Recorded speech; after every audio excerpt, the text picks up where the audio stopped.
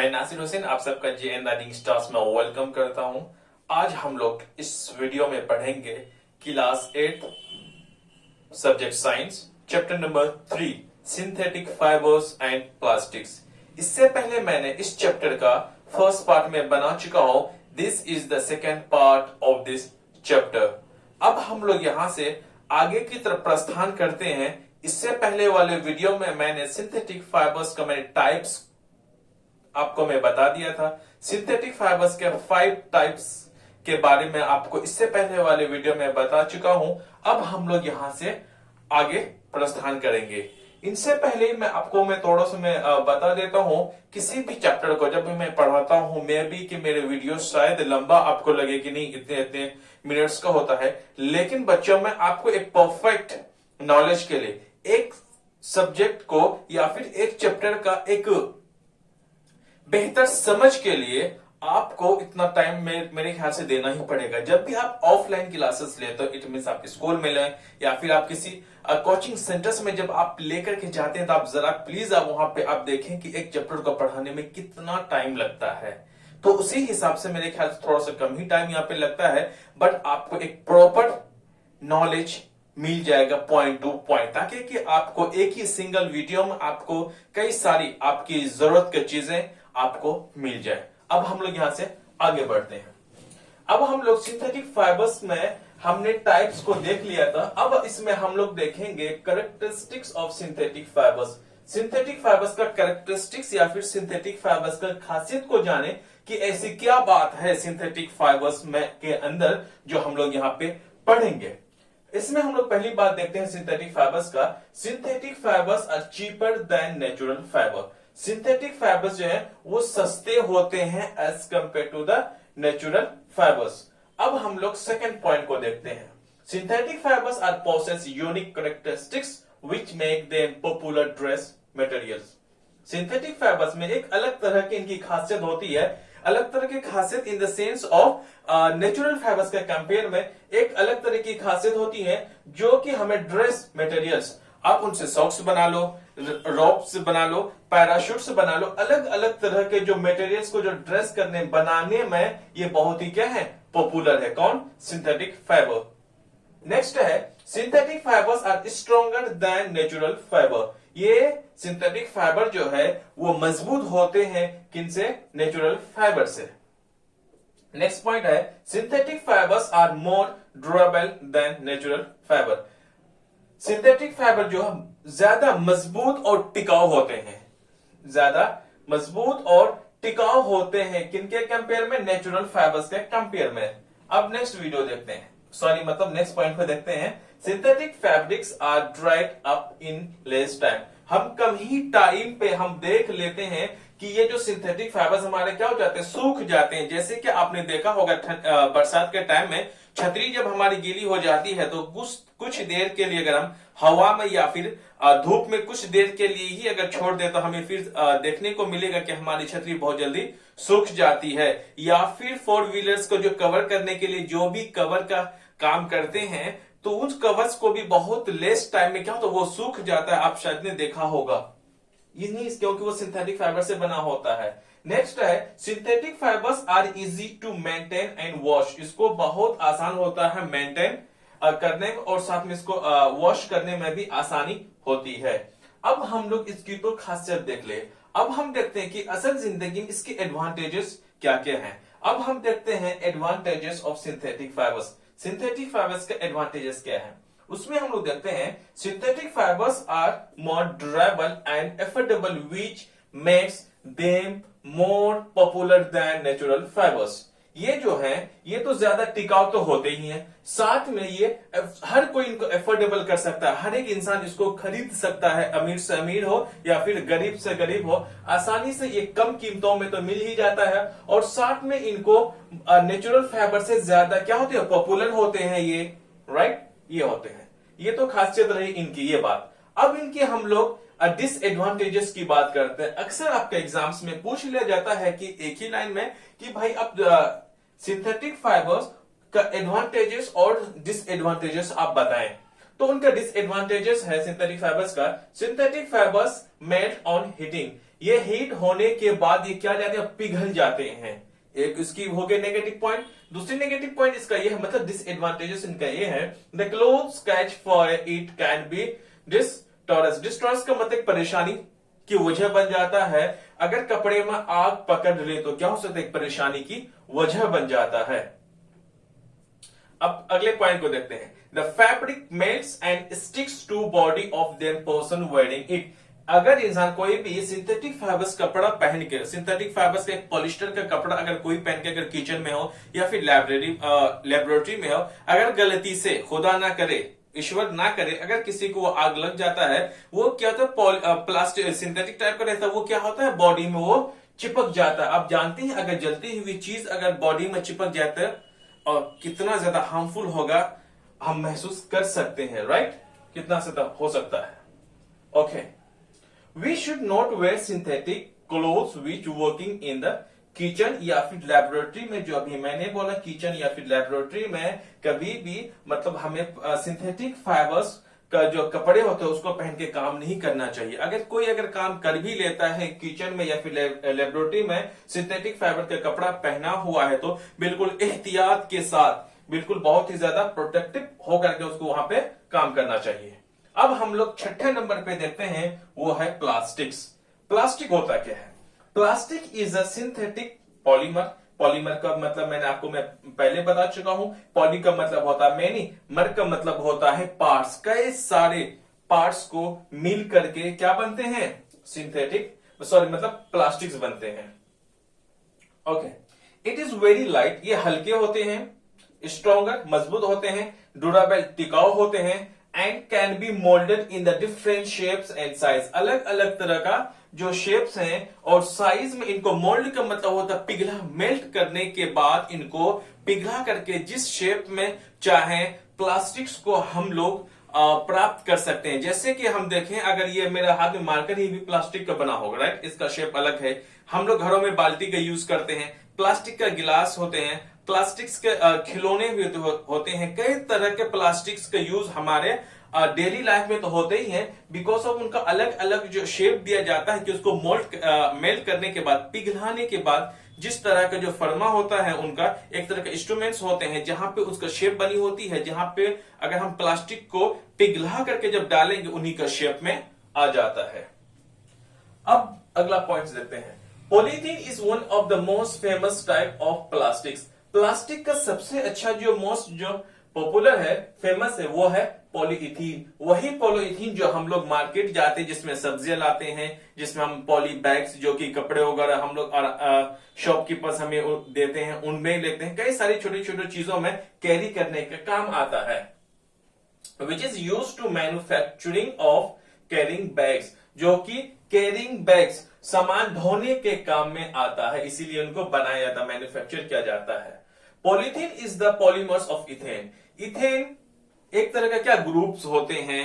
आप class 10th में chapter, आप लोग क्लास 8th में केमिस्ट्री में आप लोग पढ़ेंगे इनके बारे में। जैसे कि मैंने एस्टर को मैंने बताया था, उसी तरह का जैसे एस्टर्स होता है उसी तरह का इथेन होता है, मिथेन, प्रोपेन, बुटेन, वो आप लोग क्लास 10th में इसके बारे में पढ़ेंगे। इतना आप समझ लीजिए, जो पॉलीइथीन जो है वो किनका पॉलीमर है, इथेन का। कई सारे इथेन्स मिल करके, इथेन का एक पॉलीमर, इथेन का दो पॉलीमर, इथेन का 3, 4, 5, कई सारे इथेन का पॉलीमर्स मिल करके एक लंबी सी चैन बन जाते हैं। उन्हीं चैन को हम लोग क्या बोलते हैं, पॉलीइथीन बोलते हैं। आपको शायद क्लास में लग भी रहा होगा।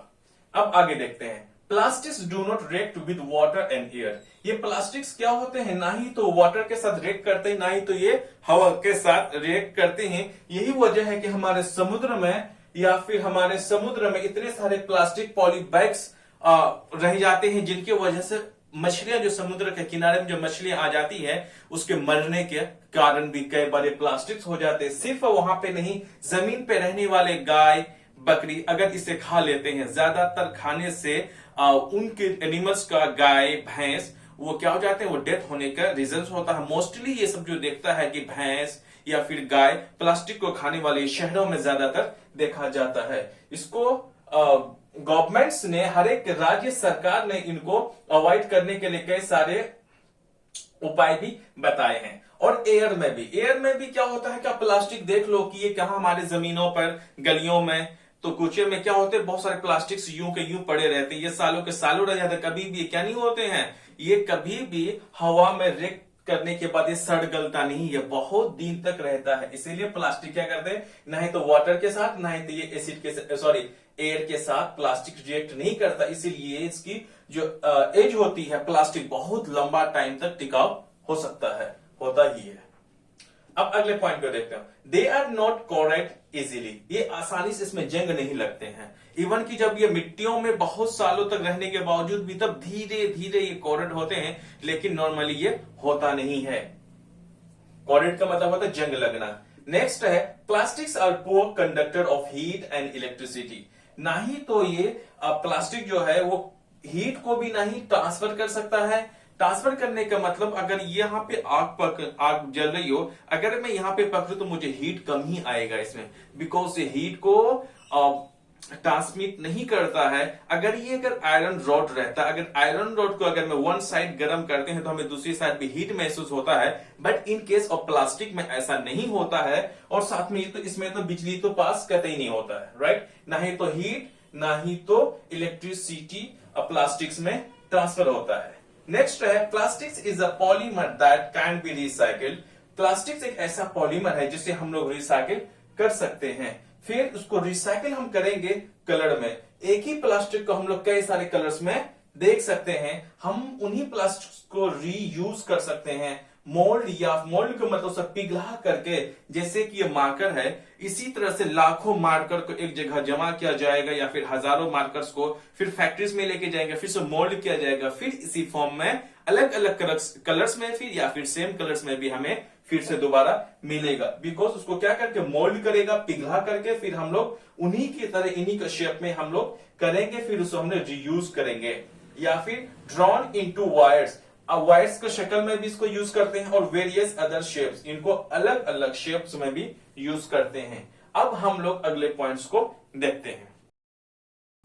अभी हमने प्लास्टिक के कुछ पॉइंट्स को देखे, अब हम प्लास्टिक्स के ही अगले पॉइंट्स को देखते हैं। अब प्लास्टिक का जो अगला पॉइंट है ये है कि units of some plastics have linear arrangement. क्या है लीनियर अरेंजमेंट का मतलब हो क्या कि बिल्कुल एक सीधी सी ऐसे करके है ना, ये लीनियर अरेंजमेंट का मतलब कि एक सीधी सी अरेंजमेंट की गई है बस। अब साथ में while some plastics are formed by the cross linked arrangement. Cross linked में क्या हो जाएगा, मैं मान लेता हूं यहां पर आप देख रहे हैं ये रहा, और इन्हीं में ये वाला, और साथ में कुछ ऐसे करके ऐसे ही क्रॉस रहेगा, जहां पे एक सीधी सी रहेगी इस तरह का बना हुआ, तो ये लीनियर आपका अरेंजमेंट में है। और इस तरह का जो रहेगा वो रहेगा किसमें, लिंक्ड अरेंजमेंट का मतलब अगर दो लीनियर को अगर आपस में मिला दिया जाए, वो अपने आप में क्या हो जाएगा, क्रॉस लिंक्ड अरेंजमेंट में प्लास्टिक्स को बनाया गया है। इसीलिए कोई प्लास्टिक्स बहुत मजबूत होते हैं, वो प्लास्टिक वो सारे मजबूत होंगे जो क्रॉस लिंक्ड वाला, जिसमें क्रॉस लिंक्ड अरेंजमेंट में अगर प्लास्टिक्स बने हुए हैं। अगर प्लास्टिक्स अगर क्रॉस लिंक्ड अरेंजमेंट में अगर बना हुआ है, उनके यूनिट्स को, प्लास्टिक जिस भी यूनिट से बना हुआ है, तो उन्हीं यूनिट्स को अगर क्रॉस लिंक्ड अरेंजमेंट में रखा जाएगा तो वो प्लास्टिक ज्यादा मजबूत होगी। अगर यूनिट्स को अगर वो सिर्फ लीनियर अरेंजमेंट में रखा जाए तो वो प्लास्टिक क्या होगा, कम स्ट्रॉन्ग होगा, मतलब वो ज्यादा स्ट्रॉन्ग नहीं होगा। तो क्रॉस लिंक्ड अरेंजमेंट वाले प्लास्टिक ज्यादा मजबूत होंगे, लीनियर अरेंजमेंट वाले प्लास्टिक कम मजबूत होंगे। अब अगला पॉइंट्स को देखते हैं। The plastic is used in making toys, plastics को यूज किया जाता है टॉयज बनाने के लिए, सूटकेस बनाने के लिए, बैग्स बनाने के लिए, और कैबिनेट्स बनाने के लिए, और brush, chairs, tables, many other countless items. ऐसे बहुत सारे, ऐसे काउंटलेस का आप गिन भी नहीं सकते। हमारे डे टू डे लाइफ में प्लास्टिक्स को हम बहुत ज्यादा यूज करते हैं, हम ही नहीं, बहुत सारे जितने भी ह्यूमंस हैं ऑलमोस्ट सब बहुत ज्यादा इस्तेमाल करते हैं प्लास्टिक्स के बने हुए। अब हम लोग अगले पॉइंट्स देखते हैं प्लास्टिक्स का। Plastics are generally cheaper than metal. Metal से क्या होता है, सस्ता होता है। अब इसमें देख लेते हैं टेफ्लॉन को थोड़ा सा। टेफ्लॉन क्या होता है? Teflon used to make non stick cookware. जो खाना बनाने के जो बर्तन होते हैं, टेफ्लॉन का एक कोटेड चढ़ा दिया जाता है, जिसके वजह से खाना जल्दी उसमें क्या चिपकता नहीं है। बट सिर्फ स्टील का आप ले लें, उसमें खाना वगैरह बनाए तो वो जल्दी चिपक जाता है, बट टेफ्लॉन में नहीं होता है। ये भी एक तरह का प्लास्टिक से ही होते हैं, कैटेगरी में आता है। ओके, लेकिन ये स्पेशल किस्म का प्लास्टिक होता है, इसके बारे में आगे मैं डिस्कस करूंगा। अब है कि इससे पहले मैंने बोला कि प्लास्टिक्स को वायर बनाने के लिए यूज होता है। नहीं, प्लास्टिक्स को वायर बनाने के लिए यूज नहीं होता है, बल्कि प्लास्टिक्स को यूज किया जाता है वायर्स को कवर करने के लिए। Electric wires have plastic covering किया जाता है इलेक्ट्रिक वायर्स को, क्योंकि प्लास्टिक जो है वो पुअर कंडक्टर ऑफ इलेक्ट्रिसिटी है। अगर कोई वायर है उसमें अगर करंट जा रही है तो अगर हम उसे पकड़ लें तो हमें कुछ नहीं होगा, बिकॉज प्लास्टिक जो होते हैं वो पुअर कंडक्टर ऑफ इलेक्ट्रिसिटी होते हैं। ओके, अब हम लोग देखते हैं टाइप्स ऑफ प्लास्टिक्स को। प्लास्टिक्स कितने टाइप्स के होते हैं? टाइप्स ऑफ प्लास्टिक्स में हम लोग देखेंगे there are 2 types of plastics. कितने तरह के होते हैं प्लास्टिक्स? 2 तरह के होते हैं प्लास्टिक। 2 तरह के जो प्लास्टिक होते हैं, पहला है थर्मोप्लास्टिक और दूसरा है थर्मोसेटिंग प्लास्टिक्स। अब हम लोग इन्हीं को अच्छे से समझने की कोशिश करते हैं। प्लास्टिक को हमने देख लिया कि प्लास्टिक जो है 2 तरह का होता है। एक होता है thermoplastic, second one is the thermosetting plastics. अब हम लोग 1 बाय 1 को अच्छे से देखते हैं। पहला है थर्मोप्लास्टिक्स। थर्मोप्लास्टिक्स क्या होता है? अब देखिए, thermoplastics are deformed easily on heating and can be bent.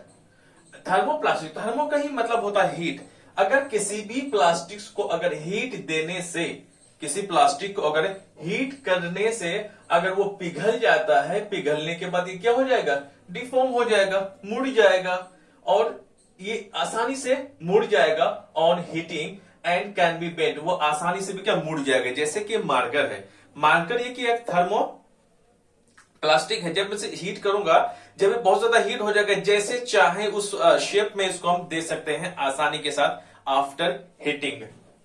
Heat करने के बाद किसी प्लास्टिक को अगर वो डिफॉर्म कर जाता आसानी से, और साथ में वो क्या बेंट मुड़ जाएगा जैसे आप चाहें, तो उन्हीं को हम लोग कहते हैं थर्मोप्लास्टिक। एग्जाम्पल जैसे कि पॉलीइथीन, पीवीसी, पॉलीइथीन और साथ में पीवीसी। पीवीसी जो होता है पॉली विनाइल क्लोराइड, ये पाइप वगैरह, जैसे कि अगर आपके किचन में बाथरूम में अगर टंकी से जिस पाइप पे पानी आता है, आप देखेंगे कि वो प्लास्टिक का ही बना होता है, और वो क्या होता है? पीवीसी का होता है, क्योंकि बहुत ही मजबूत होता है। एरी बात। अब हम लोग कुछ अगले पॉइंट्स को देख लेते हैं थर्मोप्लास्टिक का। थर्मोप्लास्टिक क्या है? These are use for manufacturing toys. इन सबको हम लोग इस्तेमाल करते हैं थर्मोप्लास्टिक्स को, किसमें? खिलौना बनाने के लिए, कॉम्ब कंघा को बनाने के लिए, और वेरियस टाइप्स ऑफ कंटेनर। अलग अलग तरह के छोटे छोटे हम कंटेनर्स, बड़ा वाला कंटेनर्स नहीं, छोटे वाले जिसमें हम सामान को रख सकते हैं, जैसे कि चीनी, नमक, चाय पत्ती, जो प्लास्टिक के जिसमें रखते हैं कंटेनर की। यहाँ की बात करो, बड़ा वाला कंटेनर की हम बात नहीं कर रहे हैं यहाँ पे। आई ना बस समझ में? जो हम मूवीज में देखते हैं बड़े बड़े कंटेनर, वो नहीं, जिसमें हम थोड़े थोड़े सामान प्लास्टिक के डब्बे में रख सकते हैं। अब हम लोग दूसरे पॉइंट्स को पढ़ते हैं, वो है थर्मोसेटिंग प्लास्टिक्स। कि थर्मोसेटिंग प्लास्टिक्स क्या होते हैं? अब कुछ एक आसान तरीका आप रखें कि थर्मो का सेटिंग, अगर एक बार किसी के साथ सेटिंग हो गई तो फिक्स ही मानो, समझे? तो एक थोड़ा सा आइडिया लेना है। थर्मोसेटिंग का मतलब हो गया कि अगर एक बार किसी के साथ सेटिंग हो गया तो मतलब परमानेंटली सेटिंग हो जाता है इसमें, ऐसे समझो। थर्मोसेटिंग प्लास्टिक्स में है, thermosetting plastics are moulded once. अगर थर्मोसेटिंग प्लास्टिक को अगर एक बार हमने पिघला दिया, मेल्ट कर दिया, अगर वो क्या हो गया? मोल्ड हो गया, can not be softened by heating. अब जितना चाहो उसे हीट कर लो, फिर से दोबारा वो ना ही तो पिघलेगा, ना ही तो वो नरम होएगा, जैसे है वैसे ही रहेगा। फिर से मैं रिपीट करता हूं, थर्मोसेटिंग प्लास्टिक में कि जब थर्मोसेटिंग प्लास्टिक्स वो होते हैं, अगर उसको हमने एक बार मोल्डेड वंस का मतलब अगर एक बार वो पिघल जाए, अगर वो पिघल जाए, पिघलने के बाद जिस शेप में बनाओगे शेप बन गया। जिससे एग्जांपल के तौर पे लेते हैं, जब भी हम कुकर का हैंड पकड़ते हैं ना, वो ब्लैक कलर का जो हैंडल होता है उसी को जरा एग्जांपल मान के चलते हैं, वो कि जितना भी हीट हो जाए, आखिर उसको बनाने के लिए एक बार तो वो बन चुका है अपने शेप में। जब उसको हम लोग जितना कुकर गर्म हो जाए, बट वो उतना गर्म नहीं होता है और नहीं तो वो पिघलता है। इसीलिए अगर एक बार पिघला करके उसका अगर शेप अगर दे देते हैं थर्मोसेटिंग प्लास्टिक में, दोबारा वो कभी भी ना ही तो सॉफ्टेन होगा ऑन हीटिंग, जितना गर्म कर लो वो कभी भी क्या सॉफ्ट नहीं होगा, ना ही तो ये कभी पिघलेगा। ये हो गया, इसका एग्जाम्पल है बेकेलाइट और साथ में melamine are the examples of thermosetting plastics. यही दो चीज हैं, बेकेलाइट और मेलामाइन, जो कि थर्मोसेटिंग प्लास्टिक्स का एग्जाम्पल है। अब हम लोग वन बाय वन बेकेलाइट को देखते हैं, फिर हम लोग मेलामाइन को देखते हैं कि ये चीज है क्या आखिर।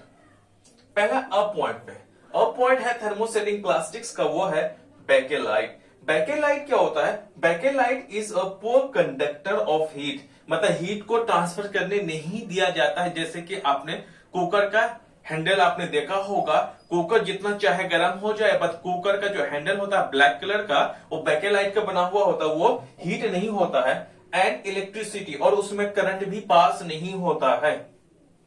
It is use for making electric switches, मतलब बेकेलाइट को हम इस्तेमाल करते हैं इलेक्ट्रिक स्विचेस को बनाने के लिए। Handles of various utensils, utensils का मतलब अगर आप देख ले यहाँ पे कुकर को, one of the best example है। अब हम लोग सेकेंड पॉइंट मतलब बी पॉइंट में देखते हैं, दैट इज मेलामाइन। मेलामाइन को अब हम लोग देख लेते हैं। Melamine is resist fire and can tolerate heat better than other plastics. कह रहा है मेलामाइन जो फायर को भी रेजिस्ट करता है, इसमें जल्दी आग नहीं पकड़ती है, और साथ में tolerate heat better than other plastics. और सब प्लास्टिक्स के कंपेयर में ये ज्यादा हीट को टॉलरेट कर सकता है। इसका मतलब ये अगर ज्यादा हीट हो भी जाए तो वो ज्यादा हीट को पास नहीं करने देगा। एग्जाम्पल की तरफ की, अगर कोई कुकर है ना, हम गैस स्टोव हम जलाते हैं, चल रहा होता है, हम कोई बेकेलाइट को उसके ऊपर थोड़ा सा हाइट पे अगर हम रख दें, उसके बाद अगर हम अपने हाथ को थोड़ी देर के रखें, तो वो उतना जल्दी हीट नहीं होता है। इतना हीट ऑब्जर्व करने की मेलामाइन में इतनी शक्ति होती है कि वो हीट को एब्जॉर्ब कर सके, हीट को पास ना कर सके।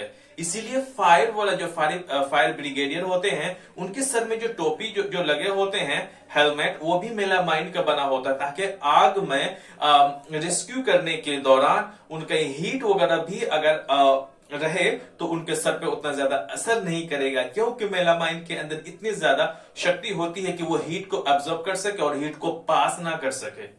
Right, okay. It is use for making floor tiles, जो हम लोग घर में जो महंगे महंगे फ्लोर टाइल्स होते हैं वहां पे इस्तेमाल किया जाता है। और साथ में किचन वेयर्स, किचन में इस्तेमाल करने वाले चीजों भी बनाई जाती हैं। और साथ में फैब्रिक्स विच रेजिस्ट फायर, तो वो कपड़े भी बनाए जाते हैं जिसमें जल्दी आग ना लगे। अगर आग भी लगे तो अगर कहीं आग जल रही भी होती है तो उसमें हीट अंदर ना जाए। तो उसे घर में टाइल्स को बनाने के लिए, घर में जो किचन वेयर्स है उनको भी बनाने के लिए इसमें इस्तेमाल होता है। फैब्रिक्स जो कि फायर ब्रिगेडियर्स होते हैं, उनका कैप और साथ में उनका कपड़ा भी इन्हीं चीज का मिक्सअप करके बनाया जाता है, ताकि कि आग में रेस्क्यू करने के दौरान उसको हीट या फिर आग से बच सके। अब हम लोग सी पॉइंट को देखते हैं, दैट इज टेफ्लॉन, जो कि मैंने वहां पे बोला था एक शॉर्ट फॉर्म में। शॉर्ट में मैंने आपको बताया था, थोड़ा सा मैं यहाँ पे टेफ्लॉन के बारे में बता देता हूँ। टेफ्लॉन एक स्पेशल किस्म का प्लास्टिक होता है, on which oils and water do not stick, उसमें चिपकते नहीं है। मैंने आपको पहले ही मैंने बता दिया था कि ऐसे यूटेंसिल्स बर्तन होते हैं जो कि हम लोग अक्सर किचन में यूज करते हैं, इसमें ऑयल और वाटर जल्दी चिपकता नहीं है। कोटिंग ऑन कुकवेयर, इसमें एक हिसाब से कोटिंग की जाती है, अलग अलग मेटल्स की उसमें कोटिंग किया जाता है। उसके अंदर इतनी खासियत होती है कि उसमें वो चिपकते नहीं है, उसमें जल्दी खाना बनाने के दौरान वो जलता भी नहीं है। अब हम लोग 7th पॉइंट को देखते हैं, अब 7 पॉइंट को तरफ अब हम लोग अपना रुख बदलते हैं कि भाई अब हम लोग देखते हैं कि प्लास्टिक की खासियत क्या होती है। कैरेक्टरिस्टिक्स ऑफ प्लास्टिक्स, प्लास्टिक्स की खासियत क्या होती है, अब हम लोग यहाँ पे देखेंगे और अच्छे से और बेहतर ढंग से समझने की कोशिश करेंगे।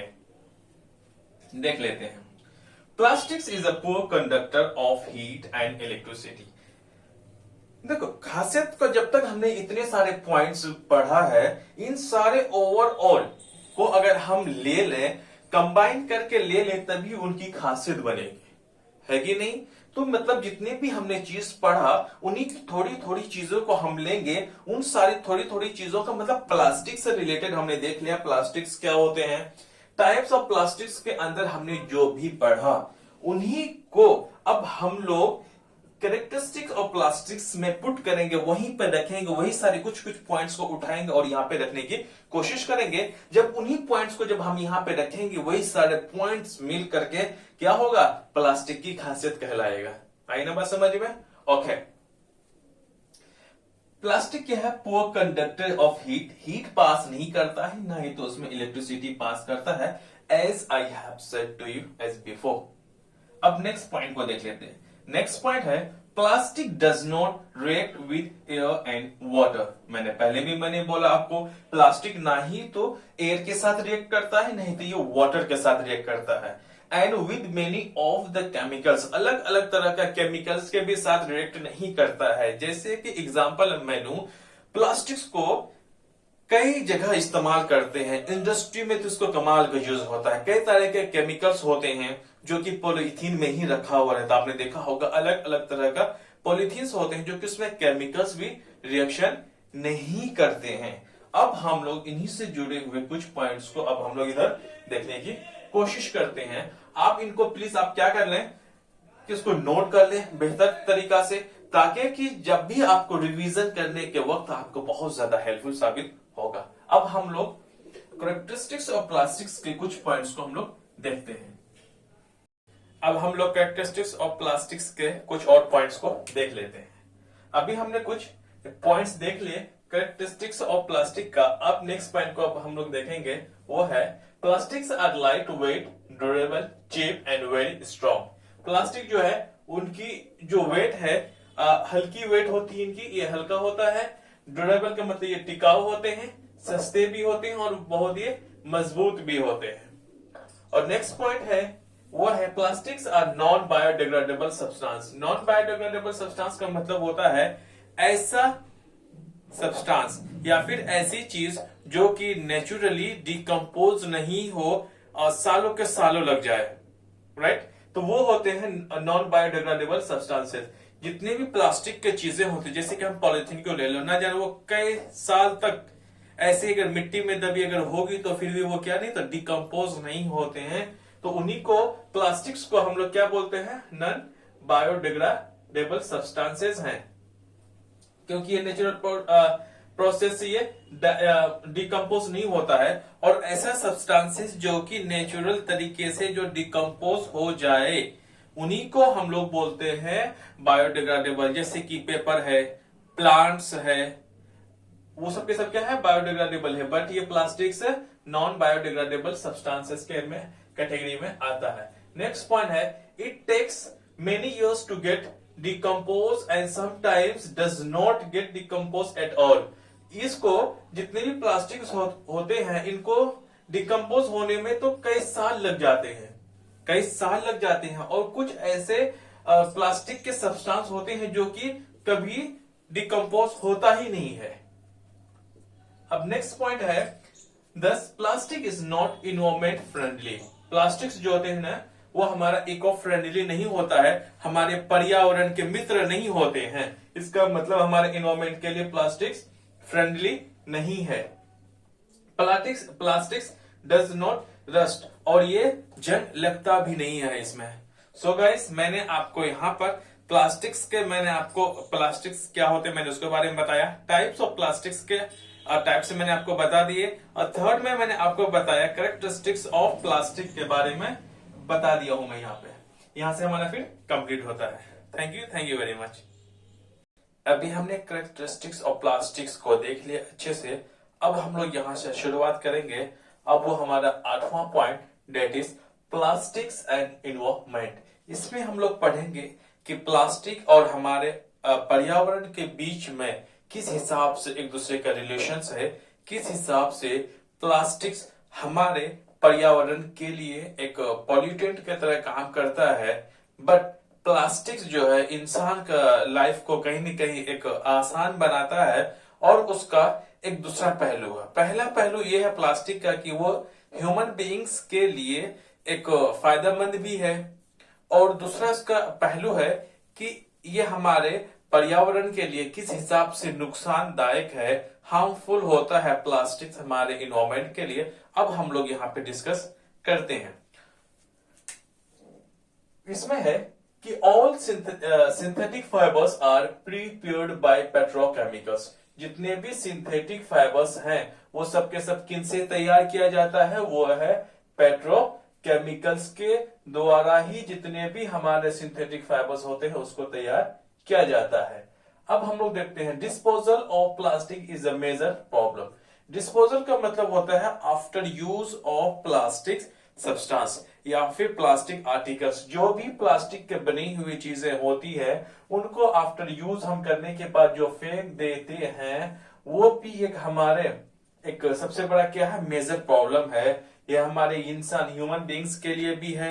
ये किस हिसाब से है, जैसे कि अगर बहुत ज्यादा अब प्लास्टिक का कचरा होगा, जैसे कि हमारा सीवेज में, शहरों में जहां पे सीवेज का काम चलता है, सीवेजों में कहीं कहीं क्या होता है प्लास्टिक्स उस सीवेज में जाके बंद हो जाता है, तो गलियां वगैरह नाली वगैरह भर जाने की वजह से आसपास में क्या गंदगी फैल जाती है। और सबसे बड़ा मेजर प्रॉब्लम ये है कि जब यही प्लास्टिक्स का बनी हुई चीजों का जब हम जलाते हैं, बर्न करते हैं, तो उसके कई सारी फ्यूम्स, पॉइजनस जहरीली गैसेस रिलीज होती हैं। ऐसे कई सारे नुकसानदायक हैं इंसान के लिए भी, हमारे समाज के लिए भी, और साथ में हमारे पर्यावरण के लिए भी। समाज होने का मतलब हमारा यहाँ पे ए है किस हिसाब से नाली, कचरे, गंदगी को फैलता है इन सब से।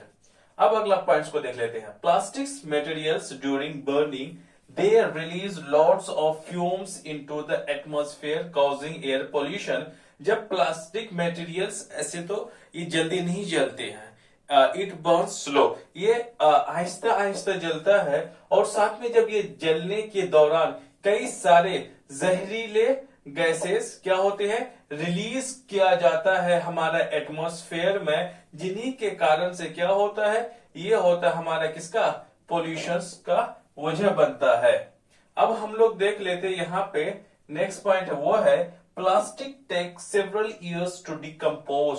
प्लास्टिक्स को सड़ने, गिरने में, डिकम्पोज होने में कई सालों के साल लग जाते हैं। It is not environment friendly. Plastic जो होते हैं वो हमारे पर्यावरण मित्र नहीं होते हैं। प्लास्टिक हमारे इन्वायरमेंट फ्रेंडली नहीं होते हैं। अब हम लोग अगले पॉइंट को देखते हैं। It causes environmental pollution. ये प्लास्टिक जो है, प्लास्टिक की ही वजह से हमारे इन्वायरमेंटल पॉल्यूशन होते हैं। सिर्फ प्लास्टिक ही एक ऐसा सोर्स नहीं है जो कि हमारे पर्यावरण को पॉल्यूट कर सके। बहुत सारे ऐसे सोर्सेस हैं जिनकी वजह से हमारा पर्यावरण दूषित या फिर प्रदूषित होता है। जैसे कि इंडस्ट्रीज में बनने वाले, कोल इंडस्ट्रीज में पेट्रोल, जहां पे पेट्रोलियम को रिफाइन किया जाता है, पेट्रोल में डीजल्स में कन्वर्ट किया जाता है, तो ऐसे कई सारे इंडस्ट्रीज होते हैं जहां पे हमारे इन्वायरमेंटल पॉल्यूशंस को हमारे इन्वायरमेंटल पॉल्यूशंस बनता है। और साथ में उसमें से एक प्लास्टिक है। ईट का मतलब यहाँ प्लास्टिक को रिलेट किया गया है कि प्लास्टिक की ही वजह से, सिर्फ प्लास्टिक नहीं, प्लास्टिक भी एक ऐसा वजह है जो कि हमारे इन्वायरमेंटल पॉल्यूशंस का वजह बनता है, कारण बनता है। अब अगले पॉइंट्स को देखते हैं कि avoid the use of plastics as far as possible. जितने आपसे हमसे कोशिश हो उतना प्लास्टिक्स को यूज कम करें। अब हम लोग यहाँ पे देख लेते हैं, इन्हीं के क्रम में एक हम लोग पॉइंट्स पढ़ते हैं, वो है बायोडिग्रेडेबल। इसी में बायोडिग्रेडेबल के बारे में पढ़ेंगे और साथ में इन्हीं में हम लोग नॉन बायोडिग्रेडेबल के बारे में पढ़ेंगे। अब हम लोग समझने की कोशिश करते हैं कि बायोडिग्रेडेबल क्या होता है। मैंने बोला प्लास्टिक से एक प्लास्टिक जो है, प्लास्टिक की वजह से हमारे इन्वायरमेंट में जो पोल्यूशंस के कारण होते हैं, वहीं पे कुछ ऐसे प्लास्टिक्स होते हैं, कम ज्यादा हैवी वाले नहीं, कुछ कम प्लास्टिक्स होते हैं, कम क्वालिटी वाले, और साथ में कुछ ऐसे वेस्टेज होते हैं जो कि हमसे यूज तो हम कर लेते हैं, आफ्टर यूज कुछ ऐसे वेस्टेज बच जाते हैं जो कि बहुत जल्दी डिकम्पोज हो जाता है वो नेचुरल तरीके से। और कुछ जैसे कि प्लास्टिक के बहुत सारे आर्टिकल्स जब हम यूज कर लेते हैं तो वो नेचुरली तौर पर वो डिकम्पोज नहीं होता है, लेकिन कुछ चीजें ऐसे होते हैं जो कि हमारे आफ्टर यूज जब हम इस्तेमाल कर लेते हैं वो नेचुरल तरीका से क्या हो जाता है, डिकम्पोज हो जाता है। तो अब हम इन्हीं को समझने की कोशिश करेंगे। बायोडिग्रेडेबल में है, these are the materials that decompose through natural process such by the action of bacteria. इसमें कह रहा है कि जो बायोडिग्रेडेबल जो सब्सटेंस या फिर ऐसा मटेरियल्स है, बायोडिग्रेडेबल ऐसे मटेरियल्स होते हैं जो कि नेचुरल प्रोसेस से ही वो डिकम्पोज हो जाता है, वो सड़ गल जाता है bye the action of bacteria. कुछ ऐसे बैक्टीरिया होते हैं जो कि इन सारे मटेरियल्स को डिकम्पोज करने में मदद करता है by the process of natural process. जैसे एग्जांपल पेपर, जो पेपर हम लोग यूज करते हैं घरों में, हमारे जो एग्जाम में जो लिखते हैं वो पेपर हो गया, न्यूज़पेपर हो गया, ये सब के सब क्या होता है, ये बायोडिग्रेडेबल में आता है। ये कुछ ऐसा दिन तक ही जब हमारा हम इसे फेंक देते हैं, अब बाहर फेंक देते हैं, तो ये कुछ दिनों के अंदर में क्या होता है, बिल्कुल नेचुरल तरीका से क्या हो जाता है, डिकम्पोज हो जाता है। पील्स ऑफ वेजिटेबल्स, जो हम सब्जियां छिलते हैं, जो हम सब्जियां खाते हैं, उनके जो भी छिलके बचते हैं वो भी क्या होता है, वो भी डिकम्पोज इजीली हो जाता है। वुड, लकड़ी, फ्रूट्स, कॉटन, क्लोथ्स, ये सब के सब ऐसे मटेरियल्स हैं जो कि कुछ ही दिनों में या सालों में ये डिकम्पोज हो जाता है। जैसे कि पेपर हो गया, पील्स ऑफ वेजिटेबल्स हो गए, ये सबको कम टाइम लगता है डिकम्पोज होने में। वुड्स को कुछ ज्यादा दिन लगता है इनके हिसाब से डिकम्पोज होने में, फ्रूट्स को भी लगता है। कॉटन क्लोथ्स को कुछ ज्यादा ही वक्त लगता है डिकम्पोज होने में, बट इट डिकम्पोज, ये डिकम्पोज हो जाता है। अब हम लोग देखते हैं इन्हीं के क्रम में अगला पॉइंट, वो है non biodegradable. Non biodegradable just इसका ऑपोजिट होता है बायोडिग्रेडेबल का। आप समझ लें, जैसे कि हमने बायोडिग्रेडेबल में देखा कि एक ऐसा मटेरियल्स होता है जो कि नेचुरल प्रोसेस से ही डिकम्पोज हो जाता है, बट नॉन बायोडिग्रेडेबल क्या होता है, ये भी एक तरह का मटेरियल्स ही होता है जो कि इजीली डिकम्पोज नहीं होता है बाय द नेचुरल प्रोसेस। ये नेचुरल या फिर कुदरती तौर पर ये जल्दी से इजीली आसान तरीका से डिकम्पोज नहीं होता है। इसका मतलब ये हो गया कि नॉन बायोडिग्रेडेबल जो सब्सटेंसेस होते हैं जो कि कुदरती तौर पर नेचुरल तरीका से ये डिकम्पोज नहीं होता है, इनको डिकम्पोज करने के लिए आर्टिफिशियली या फिर मशीन के द्वारा इसको डिकम्पोज करने में मदद करते हैं। बट यहाँ पे हम नेचुरल बातें कर रहे हैं। नॉन बायोडिग्रेडेबल नेचुरल प्रोसेस से ये डिकम्पोज नहीं होता है ऐसे मटेरियल्स। नॉन बायोडिग्रेडेबल में कौन कौन से मटेरियल्स आ जाता है, जैसे कि यहाँ पे प्लास्टिक बैग्स दिया हुआ है, वही प्लास्टिक बैग्स जो हम स्कूलों में ले जाते हैं वो हो गए। और भी इसमें हम प्लास्टिक बैग्स में कई सारे कपड़े वगैरह रखने का इस्तेमाल करते हैं। हम जब ट्रैवल करते हैं तो हम प्लास्टिक बैग को यूज करते हैं because its light weight, durable होता है।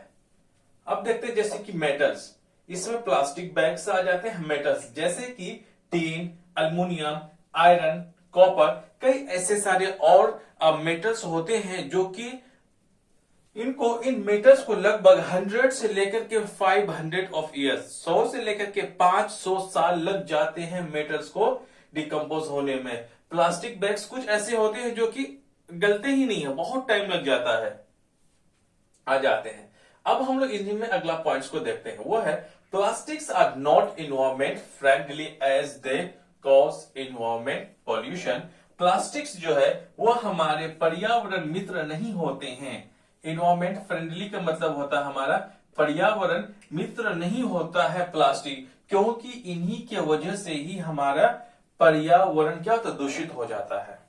आप इसको तो लिख लिए, लेकिन मैंने एक पॉइंट्स लिखा था, ये था इन्हीं के ही, प्लास्टिक्स एंड इन्वायरमेंट पे ही रिलेटेड ये पॉइंट अलग है। ये पॉइंट्स जो है मैंने यहाँ पे छूट गया था नीचे रहने की वजह से ही। अब थोड़ा सा इसको मैं एक्सप्लेन कर देता हूं। आई होप आपको यहाँ से बिल्कुल समझ में आ गया होगा कि बायोडिग्रेडेबल क्या होता है, नॉन बायोडिग्रेडेबल क्या होता है, इन दोनों में फर्क क्या होता है। मैंने इसको भी आपको समझाने की कोशिश की है। अब हम लोग प्लास्टिक्स और इन्वायरमेंट में कुछ पॉइंट छूट गया था, एक पॉइंट अब मैं यहाँ पे क्लियर कर देता हूं। इस पॉइंट को आप इन्हीं लाइन पे लिखना और ये अलग लाइन पे आप लिखना। इसमें लिखा हुआ है to minimise the environmental hazards.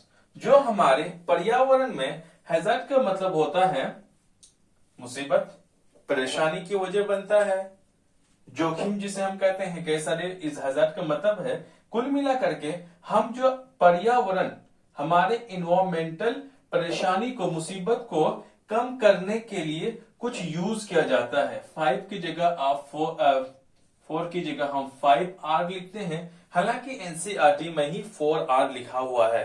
हम लोग हमारे इन्वायरमेंटल हैजार्ड्स को कम करने के लिए यही 5R प्रिंसिपल्स को यूज करते हैं, जिसके वजह से हमारे पर्यावरण में प्रदूषण कम हो। ये 5R क्या है?